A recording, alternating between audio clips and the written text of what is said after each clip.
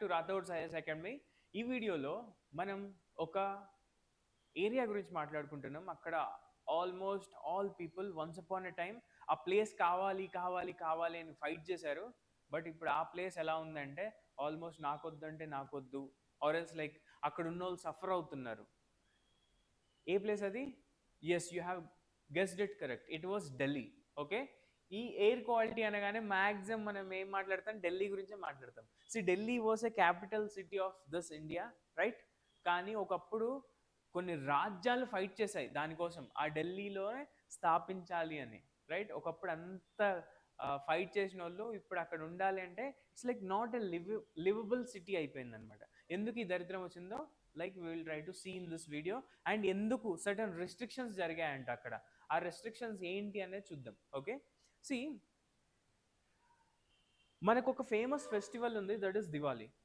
దివాళీ రోజు అందరూ సెలబ్రేట్ చేసుకుంటారు. నెక్స్ట్ రోజు హ్యాపీగా ఆఫీసర్స్ ఆర్ లైక్ ఎట్ పడితే అటు వెళ్ళిపోతారు, రైట్? వాళ్ళ కాలేజ్ అయితే కాలేజ్, ఇన్స్టిట్యూట్ అయితే ఇన్స్టిట్యూట్, ఏదైతే దానికి వెళ్ళిపోతారు, స్కూల్ అయితే స్కూల్కి వెళ్ళిపోతారా? But Delhi people were suffering because of this Diwali. ఎందుకు అంటే we all know that we have one problem called stubble burning. Stubble burning ఏంటి? స్టబుల్ బర్నింగ్ అంటే నథింగ్ బట్ ఒక రెసిడ్యూ. ఓకే, రెసిడ్యూ ఏదైతే మిగిలిపోతుందో ఎప్పుడు ఆఫ్టర్ ఒక క్రాప్ బయటకు వచ్చాక, అంటే టేక్ ఎగ్జాంపుల్, కోతకు వచ్చేసాక అక్కడ క్రాప్ని తీసేసాక మిగిలిపోయిన రెసిడ్యూ ఏదైతే ఉంటుందో, ఇలా టేక్ ఎగ్జాంపుల్ ఇదంతా ప్యాడీ అనుకోండి, ప్యాడీ ఇక్కడ దాకా కోసాను, కోసాక ఏమైతే ఇదంతా రెసిడ్యూ మిగిలిపోద్దా, దీన్ని ఏం చేస్తారంటే కాల్ చేస్తున్నారు. ఎలా? దేవర్ బర్నింగ్ ఇట్. ఓకే, ఎందుకు బర్నింగ్ చేయటం వల్ల ఒక యూజ్ ఏంటి అంటే ఆ ఏరియా స్వీప్ అయిపోద్ది, ఆ యొక్క మొక్క దాని యొక్క రూట్స్ నుండి కూడా వెళ్ళిపోద్ది, అదే తిరిగి బతకదు అనమాట. సో ఆ క్రాప్ బదులు ఇంకొక క్రాప్ వేసుకోవచ్చు, కొత్త పంట వస్తుంది. ఒకటి. రెండోది, బర్నింగ్ వల్ల సెకండ్ బెనిఫిట్ కూడా ఉంది. ఏంటి అది అంటే it will turn it as a ash. Ash గంట టర్న్ అయితే nothing but certain organic farming లాగా ఆర్ ఎస్ లైక్ ఒక మంచి మాన్యూర్ లాగా పనికొస్తుంది అనమాట. రెండు బెనిఫిట్స్ ఉన్నాయి. ఈ బెనిఫిట్స్ని ఎవరు యూజ్ చేస్తున్నారంటే పంజాబ్, ఓకే, హర్యానా. హర్యానాలో కూడా వీళ్ళిద్దరు ఏం చేస్తున్నారు? పంజాబ్, హర్యానా వీళ్ళిద్దరు మోస్ట్ ప్రామినెంట్గా. ఉత్తరప్రదేశ్ కూడా. Okay, I was not leaving Uttar Pradesh, but Uttar Pradesh also we have to talk about these three states which are trying to practice this crop residue called stubble burning. Okay, stubble burning అనేది చేస్తున్నారు. ఓకే, స్టబుల్ బర్నింగ్ అంటే ఇందాక చెప్పా కదా, crop రెసిడ్యూని nothing but తగలబెట్టేస్తున్నారు. So దానివల్ల ఏమవుతుంది? అక్కడ స్మోక్ అనేది జనరేట్ అవుతుంది. స్మోక్ అనేది జనరేట్ అయ్యి ఎక్కడికి వస్తుంది? ఢిల్లీ ఏరియాలోకి వచ్చేసి, ఓకే, ఢిల్లీ ఏరియాలోకి వచ్చేసి అక్కడ ట్రాప్ అయిపోతుంది అంతా. ఎందుకు? ఎందుకు ఏదైనా డౌట్ ఉందా? It's because of Delhi was the lowest reason. We all know that ఏదైతే వింటర్ సీజన్ వస్తుందో, ఎందుకు దివాళీ అప్పుడే ప్రాబ్లం వస్తుందంటే we have to go back for the geographical reasons. Geography బాగా చదివితే మీకు ఇది ఈజీగా అర్థమైపోద్ది. జాగ్రఫీ పర్స్పెక్టివ్లో చూస్తే వింటర్ ఏం చేస్తుంది? కోల్డ్ వేవ్స్ అనేది తీసుకొస్తుంది. కోల్డ్ వేవ్స్ తీసుకొచ్చినప్పుడు ఏమైంది? ఎయిర్ అనేది పైకి రేజ్ అవ్వదు. ఎయిర్ అనేది పైకి రేజ్ అవ్వనప్పుడు ఏమైంది? అక్కడ సర్క్యులేషన్ అనేది అవ్వదు కదా. సో ఎయిర్ అనేది కిందకి సప్రెస్ అయింది. ఇప్పుడు ఆ ఎయిర్లో మొత్తం డస్ట్ మాలిక్యూల్స్ ఉన్నాయనుకోండి, అవి జనరల్గా నార్మల్ సీజన్లో అయితే రేజ్ అయిపోయి వెళ్ళిపోవాలి. ఓకే, సన్లైట్ వల్ల నథింగ్ బట్ టెంపరేచర్ ఇంక్రీజ్ అయ్యి ఆ ఎయిర్ క్యారింగ్, అంటే దాని యొక్క క్యారింగ్ కెపాసిటీ పెరిగిపోవడం వల్ల అక్కడ నుండి ఒక లో ప్రెషర్ లాగా క్రియేట్ అయిపోయి విండ్ లాగా మూమెంట్ జరుగుతుంది. బట్ వింటర్లో కోల్డ్ వేవ్ ఫ్రంట్ ఉన్నప్పుడు ఈ ఫెనామినా అవ్వదన్నమాట. ఇంకొక ఫెనామినా కూడా ఉంది. As we go on or increasing our altitude, our temperature decreases. అవునా? కానీ కోల్డ్ వేవ్ ఫ్రంట్ ఉన్నప్పుడు టెంపరేచర్ ఇన్వర్షన్ జరుగుతుంది. యాజ్ వి గో ఆన్ అని పక్కన పెడితే కింద లోయెస్ట్ ఏరియాలోనే తక్కువ టెంపరేచర్ ఉంటుంది, కొంచెం పైకి పోగానే టెంపరేచర్ అనేది తగ్గాల్సింది పోయి ఇంక్రీజ్ అయిపోద్ది సర్టన్ హైట్ వరకు. దాని తర్వాత మళ్ళీ same as it is temperature inversion అనేది జరగదు. ఓకే, ఈ ఫెనామినా ఒకటి. రెండోది గుర్తుపెట్టుకోవాలి. మూడోది, కోల్డ్ వేవ్ ఫ్రంట్ అనేది ఎప్పుడు కూడా లోయెస్ట్ రీజియన్స్లోనే ఎక్కువ చూపిస్తుంది అనమాట. సి, ఈ ఢిల్లీ అనేది ఏం చేస్తుందంటే ఇది లోయెస్ట్ రీజన్లో ఉండటం వల్ల ఈ ఏరియాలో ఎవరైతే స్టబుల్ బర్నింగ్ ప్రాక్టీస్ చేస్తున్నారో ఆ ఏరియాలోకి వెళ్ళేసి ఆ పొగ నిండిపోతుంది. ఆ పొగ నిండిపోవటం వల్ల అక్కడ ఏమవుతుంది? ఎయిర్ క్వాలిటీ అనేది డిటోరియేట్ అయిపోతుంది. ఎయిర్ క్వాలిటీ డిటోరియేట్ అయిపోతే ఏమవుతుంది? ఇది చూడండి, ఈ లిస్ట్ ఎయిర్ క్వాలిటీ ఇండెక్స్ పరంగా 0 to 50 ఉంటే గుడ్, అంటే పెద్ద ఎక్కువ ఇంపాక్ట్ పడదు. మనకి నార్మల్ బ్రీతింగ్, టేక్ ఎగ్జాంపుల్ ఇప్పుడు స్టెప్స్ ఎక్కుతున్నాం అనుకోండి, మనకి పెద్ద ప్రాబ్లం ఉండదు.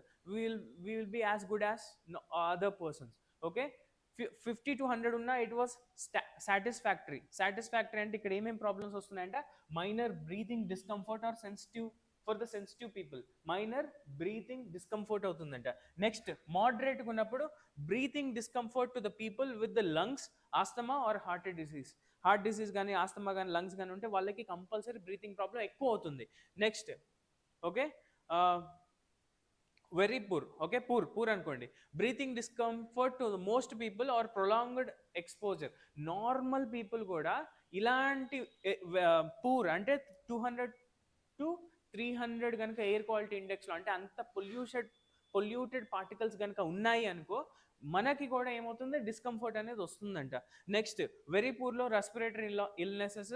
నెక్స్ట్ సివియర్లో ఏమైందంటే కంపల్సరీ డైరెక్ట్గా ఎఫెక్ట్ అయిపోతాడు. ఓకే, ఇది ఎయిర్ క్వాలిటీ ఇండెక్స్. ఈ ఎయిర్ క్వాలిటీ ఇండెక్స్లో what we will try to measure is, will try to measure the pollutants. What is air pollution? Pollution అంటే nothing but, take example, air యొక్క composition ఏదైతే ఉందో ఆ కంపోజిషన్ని మార్చేస్తుంది. టేక్ ఎగ్జాంపుల్, డిఫరెంట్ గ్యాసెస్తో ఉంటుంది కదా ఎయిర్, ఈ డిఫరెంట్ గ్యాసెస్తో ఉండాల్సింది పోయి డిఫరెంట్ పొల్యూషన్స్లో ఉంటుంది.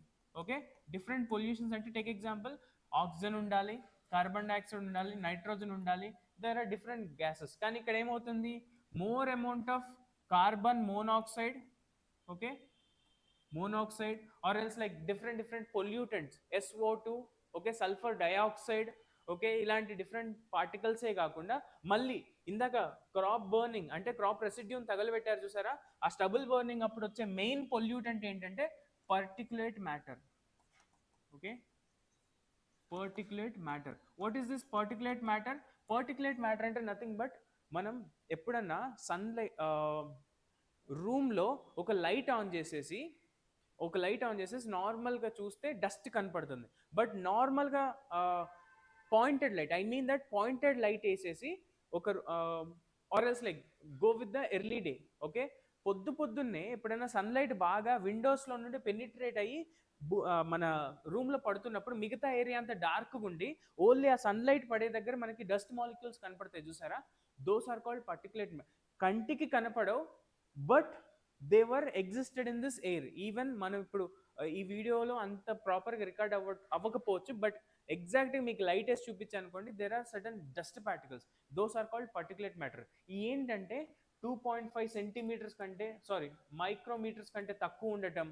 Okay, are else like PM2.5 అంటారు, PM10 అంటారు, అంటే చాలా చిన్నగా ఉంటాయి, ఈవెన్ అసలు కంటికి కనపడవు అన్నమాట. ఇవి కనుక లంగ్స్లోకి వెళ్తే ఏమైంది, డిస్కంఫర్ట్ వస్తుంది. ఇక్కడ బ్రీతింగ్ ప్రాబ్లం ఉన్నాం కదా, బ్రీతింగ్ ప్రాబ్లం ఎందుకు వస్తుంది అనే డౌట్ రాలేదా? ఇట్స్ బికాస్ ఆఫ్ ఈ పర్టిక్యులేట్ మ్యాటర్ కానీ ఈ గ్యాస్ కంపోజిషన్ కానీ లోపలికి వెళ్ళింది అనుకోండి, అవి లంగ్స్ని డ్యామేజ్ చేస్తాయి అనమాట. So what we have to focus, one is particulate matter. ఆ పర్టిక్యులేట్ మ్యాటర్లో కూడా PM2.5, PM10. ఓకే, గుర్తుపెట్టుకోండి, 2.5 అండ్ PM10 ఈ రెండు ఏం చేస్తాయంటే most dangerous for the human beings. ఎలా అంటే లంగ్స్కి వెళ్తే అవి ఆల్మోస్ట్ అంతా డ్యామేజ్ చేస్తాయి అనమాట. ఓకే, సో ఇలా ఏమవుతుంది, ఢిల్లీలో ఇలాంటి కండిషన్స్ ఉన్నాయి. సో కండిషన్స్ ఉండగానే సుప్రీంకోర్టు ఊరుకుంటుందా? ఓకే, 2019లో ఏమడిగిందంటే, 2017 నుండి ఇలా ప్రాబ్లమ్స్ వస్తున్నాయి, నువ్వు ఒక 2 years నుండి అసలు ఏం పట్టించుకోవా ఢిల్లీ గవర్నమెంట్ అని అడిగింది. సో ఢిల్లీ గవర్నమెంట్ని ఇలా అడిగేసరికి సెంట్రల్ గవర్నమెంట్ వీళ్ళందరూ ఏం చేశారంటే, ministry of environment and forest and climate change ఒకళ్ళు అండ్ ఢిల్లీ గవర్నమెంట్ వీళ్ళందరూ ఏం చేశారంటే ఒక బాడీని తీసుకొచ్చారు, commission for the air quality management. గుర్తుపెట్టుకోండి, commission for the air quality management. ఈ బాడీ ఏం చేస్తుందంటే, it will try to focus on commission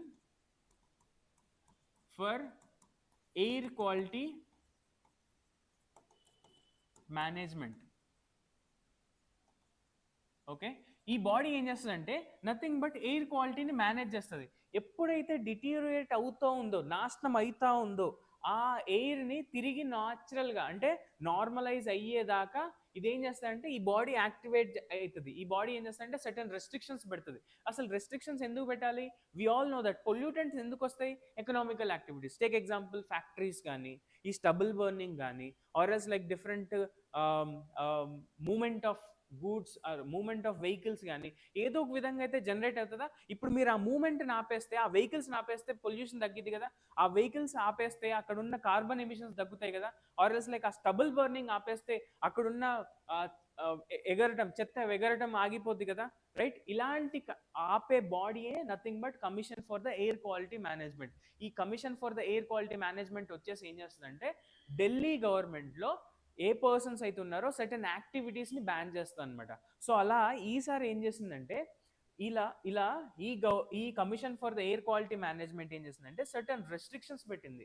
okay, ఆ రెస్ట్రిక్షన్స్ ఎలా అంటే గుర్తుపెట్టుకోండి. ఐ వాస్ నార్మల్లీ సేయింగ్, కొన్ని చెప్తాను, very important. Grab restrictions, graded response action plan, graded response action plan. Okay, graded action response plan అని ఒక రెస్ట్రిక్షన్స్ తీసుకొస్తుంది. దీంట్లో ఏంటంటే మళ్ళీ 4 స్టేజెస్ ఉంటాయి అన్నమాట. Stage 1, stage 2, stage 3, stage 4. Okay, ప్రస్తుతానికి ఏ స్టేజ్లో ఉండొచ్చు Delhi? It was on the graded 4 response. న్యూస్లో చూస్తూ ఉంటాం గ్రేడ్ 4 రెస్పాన్స్. అసలు ఏంట్రా ఈ గ్రేడ్ 4 రెస్పాన్స్ అంటే? See take example 200 to 300, okay, 300 to 400, 400 to 450, 450 and above. Okay, greater than that. ఇలా ఏం చేశారంటే ఎయిర్లో కనుక మాలిక్యూల్స్ అంటే పొల్యూషన్ ఎయిర్ క్వాలిటీ ఒక ఇండెక్స్ కనుక ఇది దాటేసింది అనుకోండి, 200 ఆర్ 300 అబోవ్ వచ్చేసింది అనుకో, గ్రేడెడ్ రెస్పాన్స్ యాక్షన్ ప్లాన్ కింద మేము యాక్టివేట్ అయిపోతాం. ఎవరు? Commission for the air quality management. ఇదేం చేస్తుంది? ఈ బాడీ సర్టన్ ఇలా వచ్చినప్పుడు ఒక రకమైన ప్రాక్టీసెస్ ఆపేయడం, ఇలా వచ్చినప్పుడు ఒక రకమైన ప్రాక్టీసెస్. అలా ఏం చేశారంటే ప్రస్తుతానికి ఏ యాక్ట్లో ఉన్నారంట? 4th దాంట్లో ఉన్నారంట. It mean that it was severe కండిషన్లో ఉన్నారు. Okay, severe plus category. దీన్ని సివియర్ కేటగిరీ. ఓకే, దీన్ని very poor category. This is poor category. Okay, 1లో ఉంటేనే దరిద్రం అంట, పూర్ కేటగిరీ అంటాం. 2లో ఉంటే వెరీ పూర్, 3లో ఉంటే సివియర్, 4లో ఉంటే సివియర్ ప్లస్.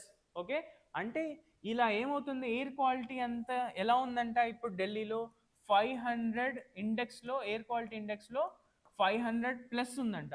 ఓకే, 531 అనుకోండి example, 531 or 541, I don't know, న్యూస్లో చూడండి, 541 లిమిట్లో ఉందంట. It mean that graded 4 response plan వీళ్ళు తీసుకురావాలి. ఎవరు తీసుకురావాలి? Delhi government commission for the air quality మేనేజ్మెంట్ని స్ట్రెస్ చేసి తీసుకురావాలి. అదేం చేస్తుంది? సర్టన్ రెస్ట్రిక్షన్స్ చేస్తుంది అని చెప్పాను కదా. ఆ రెస్ట్రిక్షన్స్ ఏందో తెలుసుకుందాం. See first it will try to restrict the entry of the trucks. See ఢిల్లీలో ట్రక్స్ని అలో చేయదు ఫస్ట్ది. ఎందుకు? వెహికల్ ఎమిషన్స్ని తగ్గించేస్తే ఆల్మోస్ట్ రికవర్ అయిపోద్ది కదా. సో ఆ ఎమిషన్స్ కోసం ట్రక్స్ అన్నిటిని ఆపేస్తే ప్రాబ్లమే కదా. టేక్ ఎగ్జాంపుల్, మీకు ఫుడ్ కావాలి, ఇప్పుడు కూరగాయలు కావాలి, కూరగాయలు లేని మీరు ఎలా తింటారు?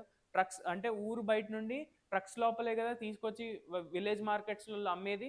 సో ట్రక్స్ని ఎలో చేయాలి. సో పొల్యూషన్ని కంట్రోల్ చేయాలి, ఇటు వీళ్ళకి ఫుడ్ ప్రొవైడ్ చేయాలంటే కొన్ని ట్రక్స్ని యాక్సెప్ట్ చేయాలి, కొన్ని ట్రక్స్ని యాక్సెప్ట్ చేయద్దు. సో ఎలాంటి ట్రక్స్ని యాక్సెప్ట్ చేస్తుందంటే trucks carrying essential items. Okay,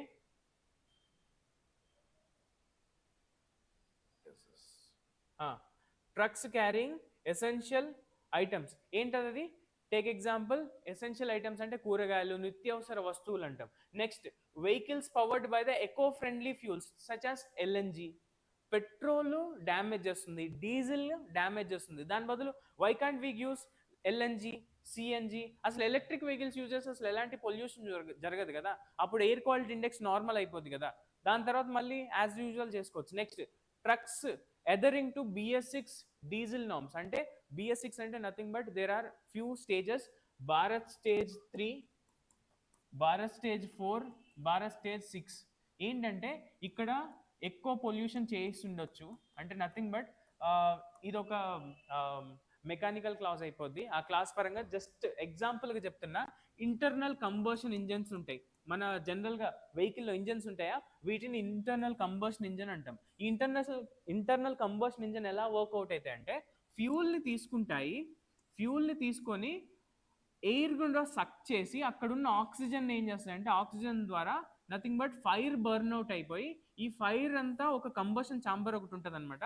ఆ కంబషన్ ఛాంబర్లో ఈ ఫైర్ అంతా జనరేట్ చేస్తూ నథింగ్ బట్ ఇంజన్స్ని పుష్ చేస్తూ ఉంటాయి. అంటే పిస్టన్ రాడ్స్ ఉంటాయి, ఆ పిస్టన్ రాడ్స్ పుష్ చేస్తే ఆ piston rods were interconnected with the wheel.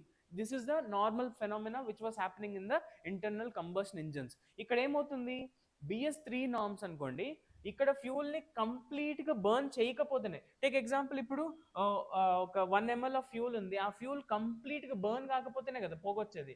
ఇప్పుడు మనకి ఎప్పుడైనా మంటను చూడండి, మంట బాగా వెలుగుతున్నప్పుడు పొగ రాదు, మంట తక్కువ వెలుగుతున్నప్పుడే పొగ వస్తుంది, రైట్? ఇక్కడ కూడా ఏమవుతుంది, BS3 వెహికల్లో కంప్లీట్ కంబషన్ జరగనప్పుడే పొగొచ్చేది, రైట్? సో BS4 వెహికల్ ఉంది, ఇక్కడ ఏంటంటే ఆల్మోస్ట్ ఫ్యూల్ కూడా మార్చేస్తారు, అంటే ఎలాంటి పొల్యూటెంట్స్ లేకుండా ఆల్మోస్ట్ ప్యూర్ పెట్రోల్ లాంటిది తీసుకొస్తారు. అలాంటి ప్యూర్ పెట్రోల్లో కూడా ఫుల్ కంబషన్ జరుగుతుంది కదా. ఈ ఫుల్ కంబషన్ జరిగిపోయినప్పుడు ఏమైంది, మళ్ళీ పొగ తక్కువ వస్తుంది కదా. సో దీంతో కంపేర్ చేసుకుంటే దీంట్లో ఇంకొంచెం పొగ తక్కువ.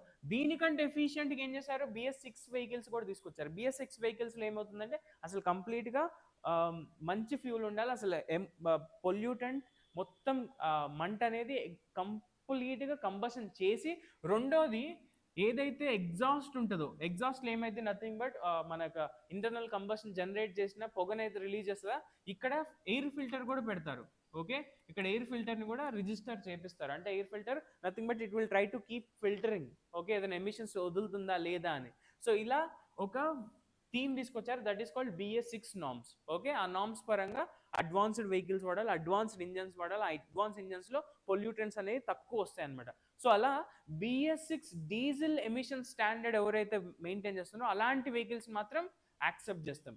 ఆఫ్టర్ దట్ ఇప్పుడు కొన్ని ఉంటాయి లైట్ వెహికల్స్. ఆ లైట్ వెహికల్స్ ఏంటి, ఢిల్లీ కానీ బయట స్టేట్ రిజిస్టర్ అయితే లోపల తిరగనివ్వరు, ఆర్ బయట స్టేట్ రిజిస్టర్ అయిన వెహికల్స్ ఈ కండిషన్లో ఉంటే, CNG కానీ ఎలక్ట్రికల్ ఎనర్జీ కానీ BS6 ఉంటే they will be accepted. Next essential goods and services accept చేస్తారు. నెక్స్ట్ మెయిన్గా మనందరికీ తెలుసు constructional activities are also a very much cause for this air pollution. So constructional activities like flyovers కానీ, urgent buildings ఏమైనా కట్టాలన్నా, commercial buildings ఉంటాయి, అలాంటి అన్ని పోస్ట్పోన్ చేస్తారు.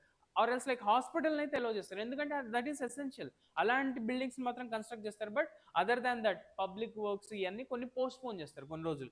Next shift to education, online education. మనం ఇప్పుడు ఎలా మాట్లాడుకుంటున్నామో వాళ్ళకి తిరిగి ప్రాక్టికల్ ట్రాన్స్పోర్ట్ని బంద్ చేస్తేనే కదా వీళ్ళందరూ రాలేరు. సో వీళ్ళంటి వాళ్ళకి ఏం చేయాలి, ఆన్లైన్ ఎడ్యుకేషన్ అనేది తీసుకోవాలి. Unless or until class 12 or class 10 ఉంటే తప్ప మిగతా వాళ్ళందరికీ ఆల్మోస్ట్ ఆన్లైన్ ఎడ్యుకేషనే, వాళ్ళిద్దరికి మాత్రం ఎగ్జామ్షన్ అనమాట. సో మనం కరోనాలో చూసుంటాం, కరోనాలో చూసిన యాక్టివిటీస్ లాగా nothing but we will not allow them to have this thing happen. So ఇదంతా దేని గురించి వచ్చింది, GRAP-4 రెస్ట్రిక్షన్స్. ఈ GRAP-4 రెస్ట్రిక్షన్స్లో ఇలాంటి యాక్టివిటీస్ని బ్యాన్ చేస్తారు. ఎవరు బ్యాన్ చేస్తారు, కరెంట్ అఫైర్స్ పరంగా మనం చూడాల్సింది commission for the air quality management and which body brought that, ministry of environmental and forest and climate change, as well as ఏంటి ఎయిర్ క్వాలిటీ ఇండెక్స్ అంటే ఏంటి, what are different stages of air quality index, ఆ air quality index different particles ఏంటి, ఎలా ఉంటే ఏ క్వాలిటీలో ఉంటుంది, okay, the pollutants ఏంటి, ఏ గ్యాసెస్ ఎక్కువ వస్తున్నాయి, carbon monoxide, sulphur dioxide, okay, particulate matter, ఇవన్నీ చూడాలి. ఓకే, ఇప్పుడు న్యూస్ పేపర్ చూడండి, ఎందుకు GRAP-4 రెస్ట్రిక్షన్స్ ఢిల్లీలో ఉన్నాయా అని, వాట్ ఆర్ GRAP-4 రెస్ట్రిక్షన్స్ అనేది చూడండి. Okay, till then will meet again in the new video. Till then